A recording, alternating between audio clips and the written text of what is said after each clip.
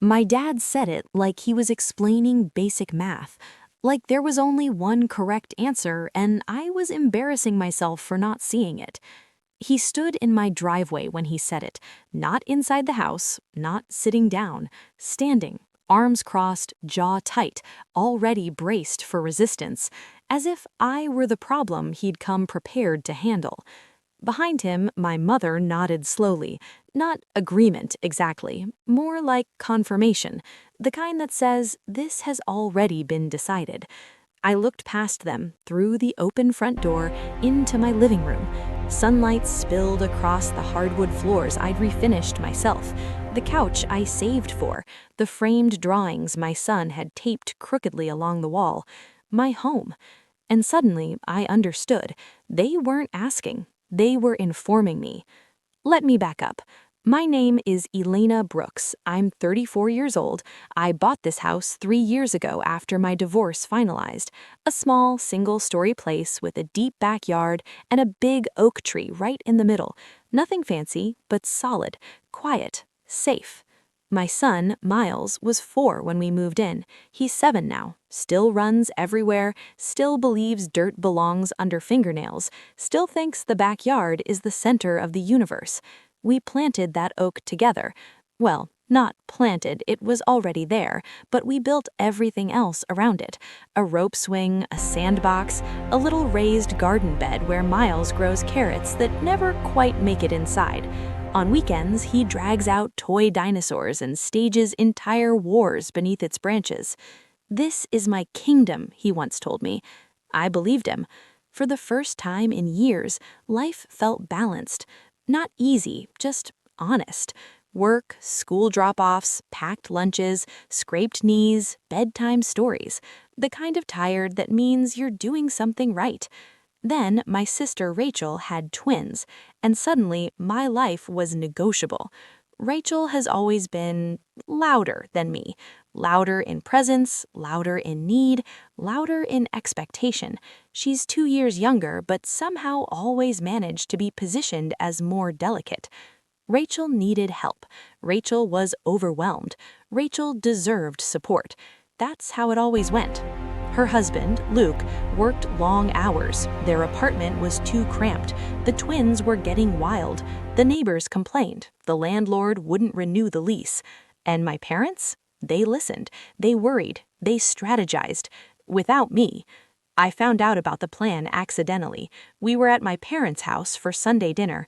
Miles was lining toy cars along the edge of the rug. My mom was serving dessert when she casually said, "We'll need to talk about the house soon." I laughed. "What house?" She blinked. "Yours." That was the first crack. Chiny Rachel chimed in quickly. "Mom just means logistics. It's nothing big." Luke avoided eye contact. My dad cleared his throat. "It makes sense, Elena. You have space." I didn't respond right away. I was waiting for the joke, for the part where someone laughed and clarified.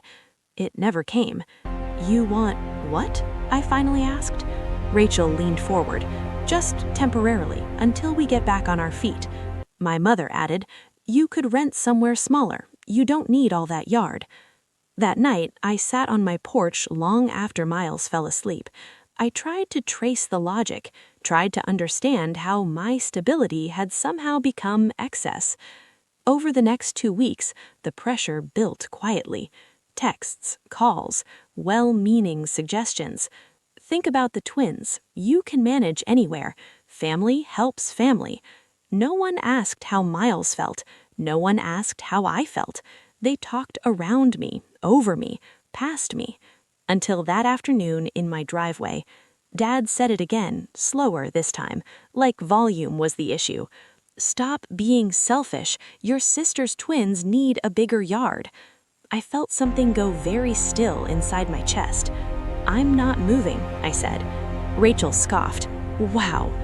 Mom sighed. "You always make things harder than they need to be." Dad took a step forward. "Elena, don't do this." "Do what?" I asked. "Choose a house over family." That was the moment. Not the yelling, not the pressure, the assumption.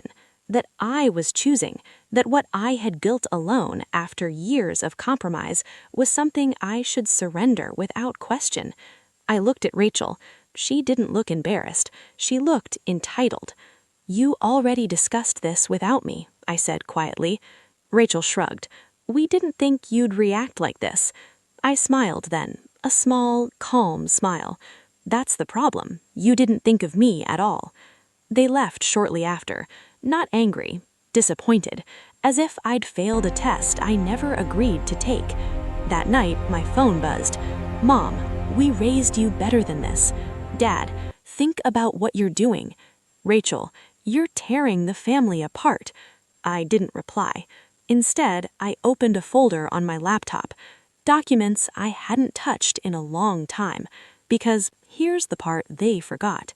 This house, it wasn't just mine, it was protected. Years earlier, when I was still married, my grandfather, my dad's father, had helped with the down payment, not as a gift, as an agreement. I was the only grandchild who visited him weekly, the only one who listened, the only one who drove him to appointments. When he passed, he left something behind. Not money, leverage. The house was under a trust agreement, a quiet clause most people never read, a clause that made it impossible for anyone to force a sale, reassignment, or transfer unless I signed. No signature, no house. I hadn't needed that protection before, but I was about to. The next morning, Rachel showed up unannounced. Miles was eating cereal at the kitchen table. She walked straight past him. "We need to talk like adults," she said. I gestured to the chair. "You can sit." She didn't. "You're being cruel. The twins are miserable." "Then fix that," I replied. Her eyes narrowed. "You think you're better than me because you planned?" "No, I think I'm responsible for my child." She laughed, sharp, mean. "You have one kid. Don't act like you understand." That's when Miles spoke, softly. "Mom, can I go outside?" I nodded. The back door closed. Rachel looked toward it. "They'd love it back there. The swing, the tree." I stood up. "This conversation is over." Her smile vanished. "You're making a mistake. Mom and Dad will never forgive this." I opened the door. "They'll live." She left, furious. What I didn't know, what I couldn't know yet, was that they were done. They had already started making calls, already telling their version, already laying the groundwork, and soon they wouldn't just be asking for my yard, they'd be trying to take everything else, too. The first sign something was wrong came from my son. Miles came home from school quieter than usual. His backpack stayed on longer than normal. He didn't run for the backyard. Instead, he sat at the kitchen table and traced the wood grain with his finger. "Did I do something bad?" he asked. My stomach tightened. "Why would you think that?" "Grandma told my teacher we might be moving," he said. "She said the twins need more space." The room went cold. I knelt in front of him. "You're not moving," I said carefully. "This is your home." He nodded, but I could see the crack, the uncertainty, the way adults' words had already made their way into his chest. That night, I made a call I'd been avoiding, our family lawyer. I explained everything, slowly, factually, without emotion. He was quiet for a moment, then said, "You're protected, but they're escalating." The next day, my parents did something bold. They listed my house, not officially, but publicly. A family friend real estate agent posted a coming soon teaser online. No address, just photos. My photos. My oak tree, my yard, Miles's rope swing cropped just enough to hide the wear. The caption read, "Perfect for a growing family." I didn't scream. I documented. Screenshots, timestamps, emails. Then I sent one message to everyone. Any attempt to sell, advertise, or access my property without my consent is a legal violation.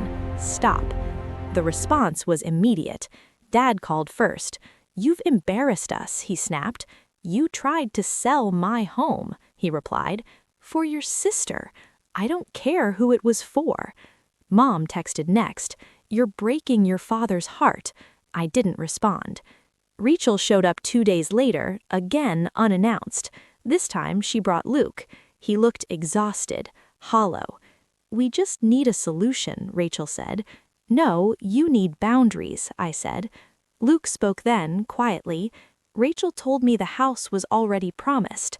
I turned to her. She didn't deny it. That was the moment Luke realized he'd been lied to. I could see it land. "I'm done," he said. "We're done asking." They left separately. That weekend, the family shifted. Not loudly, subtly. Aunts stopped calling, cousins unfollowed me, invitations vanished. I became difficult. But something else happened too. People started asking questions about money, about why my parents suddenly couldn't cover things they used to, about why my sister was suddenly scrambling. The truth doesn't rush, it seeps. The final crack came from the bank. My father had taken a personal loan using expected proceeds from a future sale of my house. When the deal fell apart, the bank called me. They wanted confirmation. They didn't get it. Instead, they got a lawyer. Within 2 weeks, my parents were forced to refinance their own home. Rachel and Luke moved into a rental, smaller than their apartment before. The twins adapted. Children always do. The adults didn't. Dad sent me a letter, not a text, a letter. He wrote about sacrifice, about how family used to mean something, about how disappointed he was. I read it once, then I folded it, and I didn't respond. Because the truth was simple. I hadn't taken anything from them. I'd just stopped giving. Months passed. Life quieted. Miles stopped asking about moving. The oak tree grew new leaves. One afternoon, Rachel showed up alone. No attitude, no argument, just tired. "I shouldn't have involved them," she said. "No, you shouldn't have assumed." She nodded. "We didn't fix everything, but we stopped breaking it." My parents never apologized. They just adjusted. Less control, fewer demands. Distance teaches lessons pride never allows. One evening, Miles asked me something while we watered the garden. "Why didn't we move?" he asked. I smiled. "Because this is where we're safe." He thought about that. Then he said, "Good," and ran off to the swing. I watched him, and I knew. I didn't choose a house over family. I chose a child over control, and that changed everything.